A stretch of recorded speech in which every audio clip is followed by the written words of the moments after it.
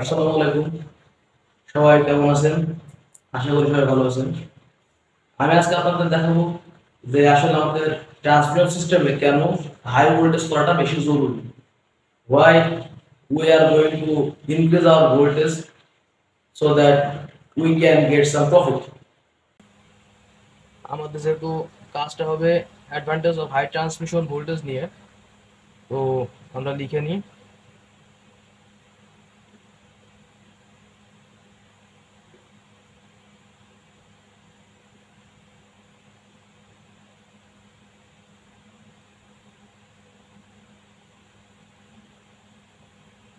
ওকে, এখন আমাদের কিছু অ্যাজাম্পশন করতে হবে এখানে, যে আমরা ধরে নিচ্ছি যে আমাদের লাইনে কিছু কিছু প্যারামিটার আমাদের থাকবে।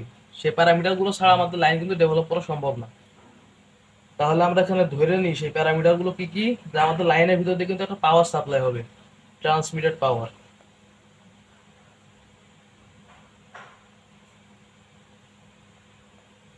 এছাড়া এখান থেকে আমাদের কিন্তু লাইনের ভিতরে অ্যাপ্লাইড ভোল্টেজ থাকবে একটা, সেটা হলো লাইন ভোল্টেজ।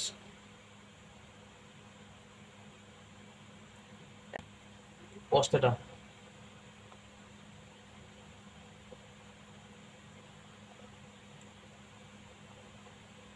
লিখলাম L equal to length length of line. তো এটা হলো রেজিস্ট্যান্স রেজিস্ট্যান্স অফ লাইন। তো আমাদের সেটাও দরকার, রেজিস্টিভিটি অফ কন্ডাক্টর।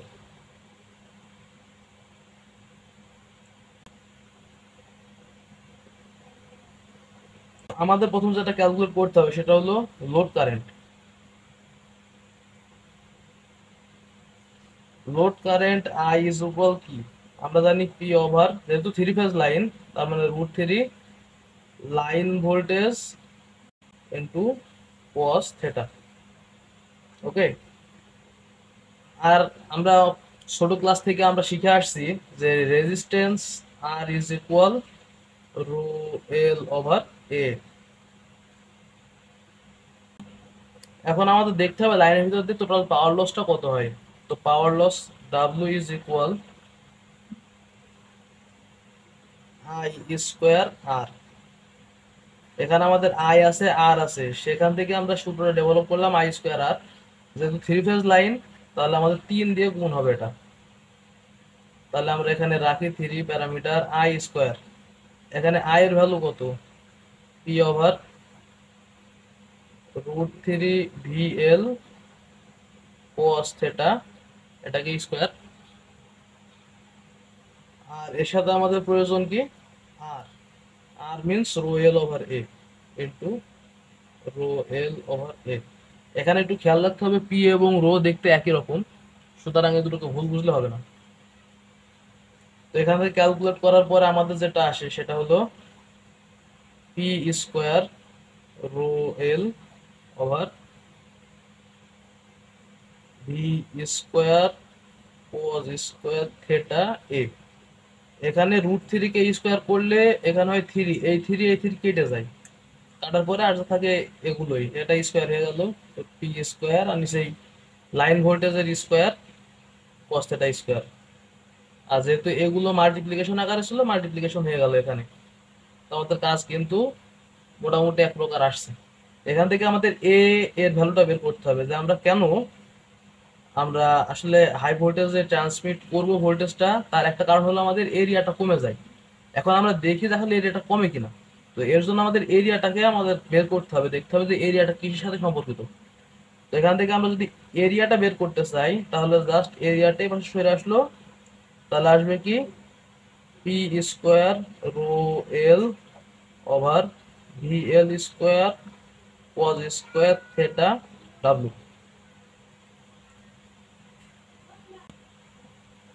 এটা হলো কিন্তু আমাদের এরিয়া।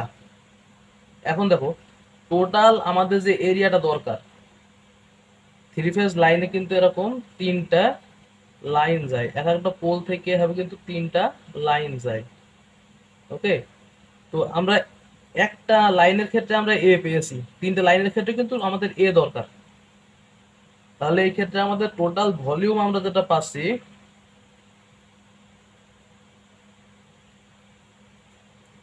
এখন ভলিউমের একটা সূত্র আমরা জানি, সেটা হলো কি ক্রস সেকশন এরিয়া ইনটু তার লেন্থ। এটা হলো ভলিউম, যেটা সিলিন্ডারের ক্ষেত্রফলের সূত্র।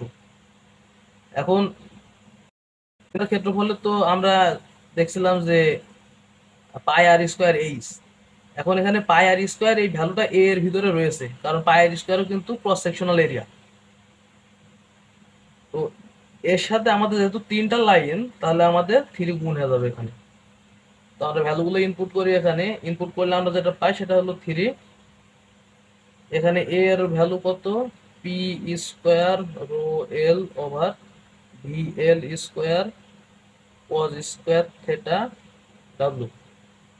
This is not omega, this is W, total লসটা। এখন এর সাথে কিন্তু মাল্টিপ্লিকেশন আকার ছিল এল, তো এলটা এখানে যদি আমি মাল্টিপ্লাই করি তাহলে আমাদের হয় এল square.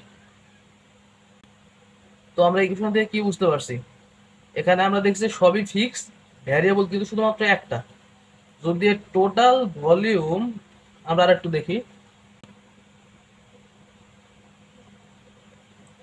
Total volume is equal 3 P square rho L square over line voltage square cos theta square into W. তো এখান থেকে আমরা দেখতে পাচ্ছি, যদি আমাদের যেহেতু এটা প্যারালাল রিলেশনশিপ, সুতরাং এ পাশে আমাদের 3 এটা কিন্তু কনস্ট্যান্ট। ট্রান্সমিটেড যে পাওয়ার, আমরা যে পাওয়ারটাকে ট্রান্সমিট করব, এটাও কিন্তু কনস্ট্যান্ট ভ্যালু। এই যে রেজিস্টিভিটি রো, এটা আমাদের বোঝায় যে ওই কন্ডাক্টরের রেজিস্ট্যান্স। যেহেতু আমরা লাইন যদি একটা কেবল দিয়ে বিল্ড করি, তাহলে তার যে রেজিস্টিভিটি ওটা কিন্তু পার্টিকুলার সেমই থাকবে, এটাও কনস্ট্যান্ট। লেন্থ এল, এখন আপনি 5 কিলোমিটার বা 10 কিলোমিটার যে লাইনটা আপনি ডেভেলপ করেন, ওটা চিরজীবন 10 কিলোমিটারই থাকবে, এটা চেঞ্জ হবে না, এটাও কনস্ট্যান্ট। পাওয়ার ফ্যাক্টরও কনস্ট্যান্ট, আর লস পাওয়ার এটাও কনস্ট্যান্ট। শুধুমাত্র যদি চেঞ্জ করা যায় আমাদের এখানে, সেটা হলো আমাদের এই যে লাইন ভোল্টেজটা। চাইলে আমরা লাইন ভোল্টেজটা কমাতে পারি, চাইলে লাইন ভোল্টেজটা কিন্তু বাড়াতে পারি। এখন দেখুন, যদি আমরা লাইন ভোল্টেজটা বাড়াই তাহলে কি হবে, লাইন ভোল্টেজটা কিন্তু পাশে ডিভাইডেড আকারে আছে। যদি আমরা লাইন ভোল্টেজটাকে বাড়াই তাহলে কিন্তু টোটাল ভোল্টেজটা আমাদের কিন্তু ডাউন হয়। যদি কোনো কারণে লাইন ভোল্টেজটা কমিয়ে দেওয়া হয়, ভলিউম কিন্তু পাশে বেড়ে যাবে। এটা আমাদের কি বলা যায়, ব্যস্তানুপাতিক সম্পর্ক এটা।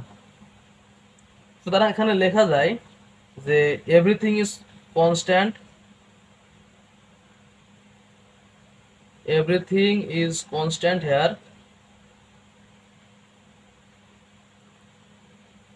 escape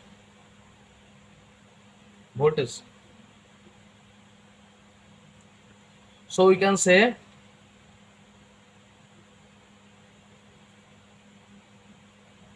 that if voltage increase, then volume decrease. এখন আমাদের ভলিউম ডিক্রিজ করার কিছু কারণ আছে। তার একটা কারণ হলো, এখন মনে করো এটা একটা কন্ডাক্টর, যেটা এই দুটো পোলের মাঝখানে আছে। মনে করলাম কন্ডাক্টরটা এটা। এখন এই কন্ডাক্টরের ওয়েটটা বেশি হবে, না এই কন্ডাক্টরটা যদি এরকম বড় হতো তার ওয়েটটা বেশি হবে? অফকোর্স এই কন্ডাক্টরের কিন্তু ওয়েটটা বেশি। এখন যদি ওয়েট বেশি হয় তাহলে কিন্তু এটার এইভাবে ঝুলে যাওয়ার প্রবণতাও কিন্তু বেশি।